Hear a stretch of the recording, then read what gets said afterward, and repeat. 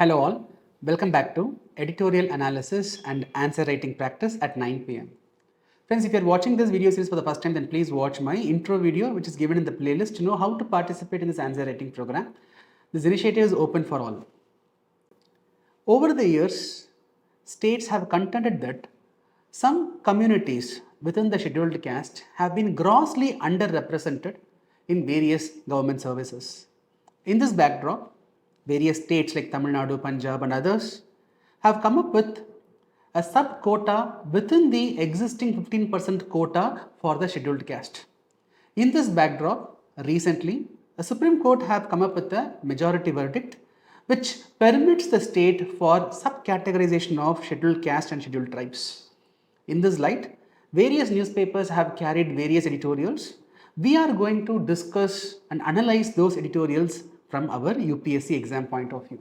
Before discussing the highlights of the judgment from our exam point of view, let us revise the important articles pertaining to reservation benefits given for the scheduled caste and scheduled tribes.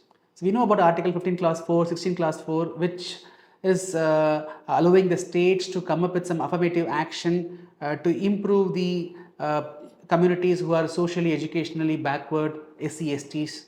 Similarly, we have Article 330 and 332, which allows for the reservation for SC, STs in legislative assembly and in the parliament. These are some important articles which we have to keep it in mind. Right, so now we will go into the highlights of the judgment from our exam point of view. The judgment says that there are historical and practical evidences to say that scheduled caste is not a homogeneous group.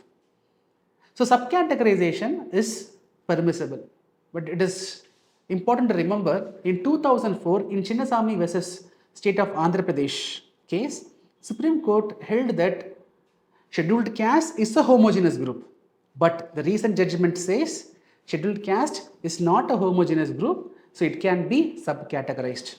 Also, the CJI has specifically underscored that this subcategorization will be an effective tool for ensuring substantive equality.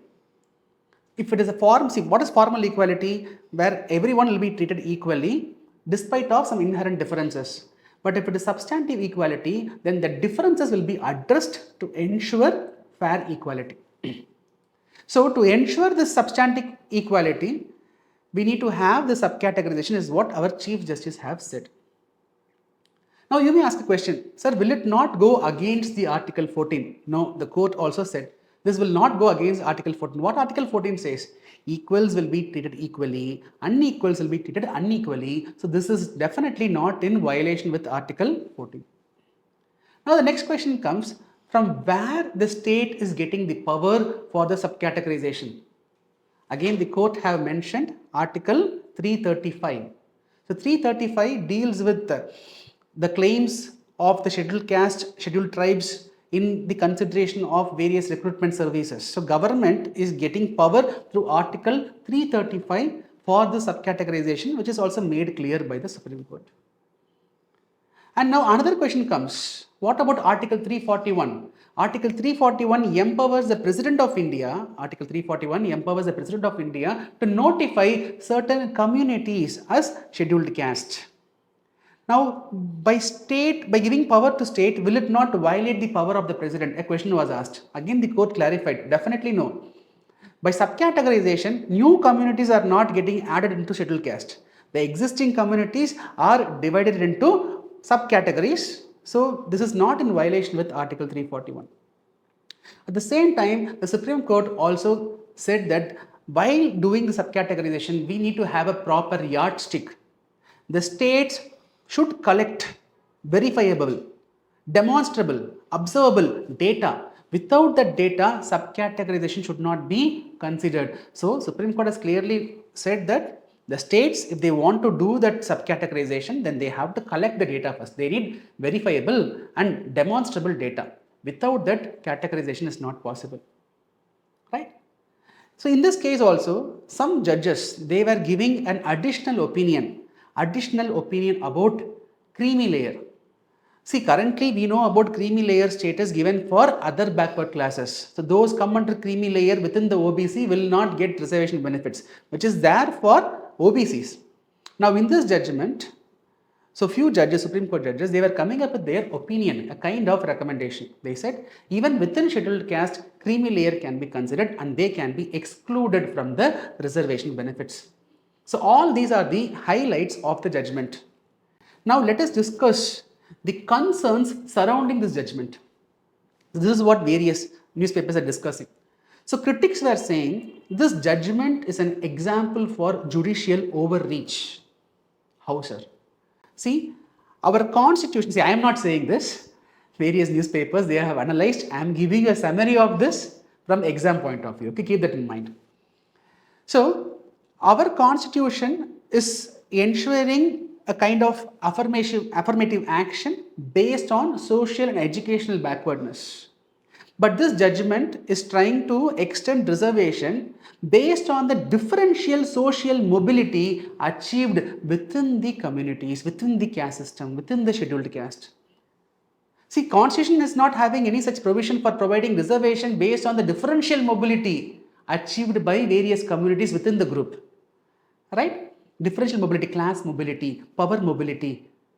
Right? Some are able to improve their economic class. Some are able to improve their, let's say they are able to go into that power elite group. Based on that mobility, reservation extension is not given in the constitution. The constitution says reservation can be ensured when there is social educational backwardness. Reservation is not a policy for poverty eradication. Reservation is a policy for ensuring social justice. This is what constitution says. So this judgment goes against that. So critics are feeling that this is an example for judicial overreach. Other concern, see, without data, without verifiable, observable, demonstrable data, if a state is going to go for such subcategorization, subquotas, then the intent, the benefit will become meaningless. We need to have proper caste census, socioeconomic caste census. We need to have data on various deprivation factors. We need to have data on educational status, gross enrollment status, skill status. So without having proper data, jumping into subcategorization, right, that might not achieve the real benefit. So this is another concern. There is one more concern raised. So let's assume within scheduled caste, assume there are 100 communities. Now let us say 100th community is not well represented. Okay. So we are giving a sub quota for the 100th community. Imagine. Okay. So let us say in the civil services for that 100th community, some seats are allocated. What is the minimum criteria for applying for civil services? You should be a graduate. Assume that in that 100th community, if no one is eligible, if no one is a graduate, no one has completed higher education, then what happens?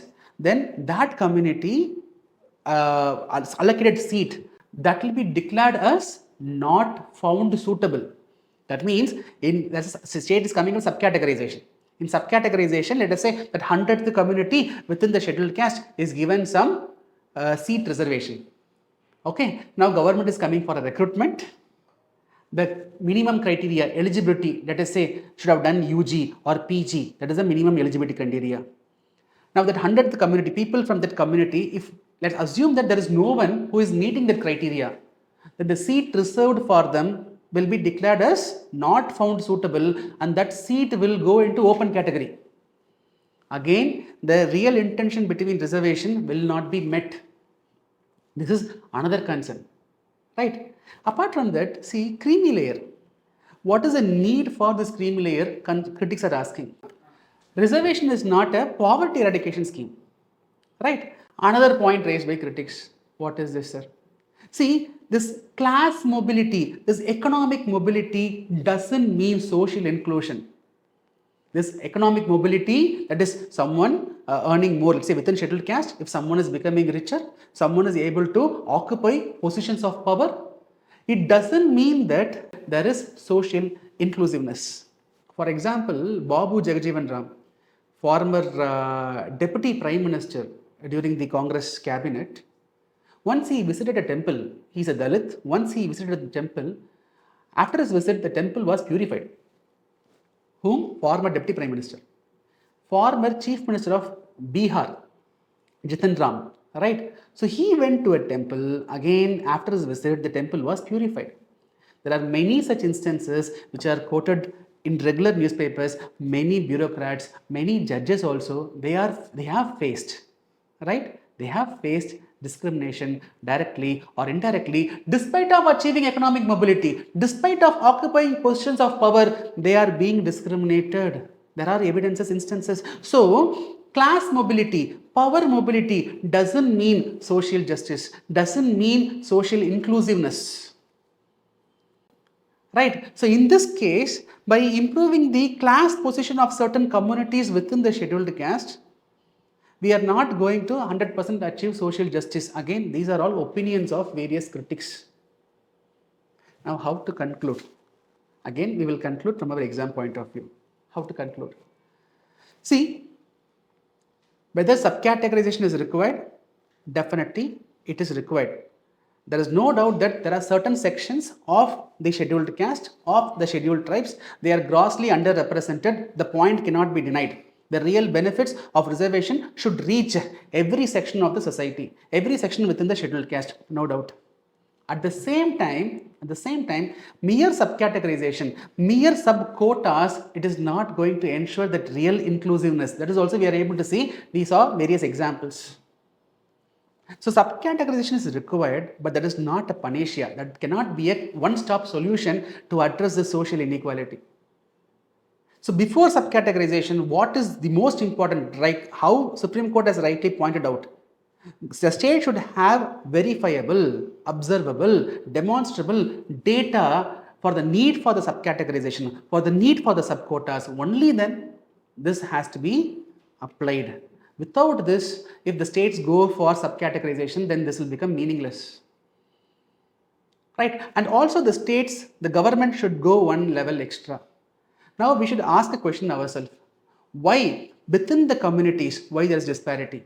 Within the scheduled caste, within the scheduled tribes, why certain communities they are not able to get that upliftment? What is the reason?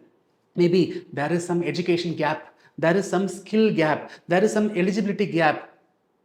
So this gap has to be addressed. Equality of opportunity should be ensured for every section.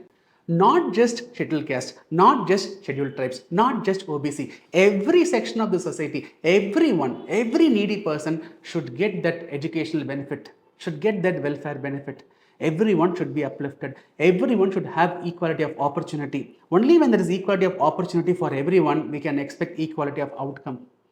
When this equality of opportunities is applied in true sense, maybe in future, at one point, the need for the reservation will be faded away. Right, friends, I hope this editorial analysis discussion was adding value to your preparation. Now, based on our discussion, let me give you a question. Subclassification of SC and STs will result in more evil than good. Do you agree?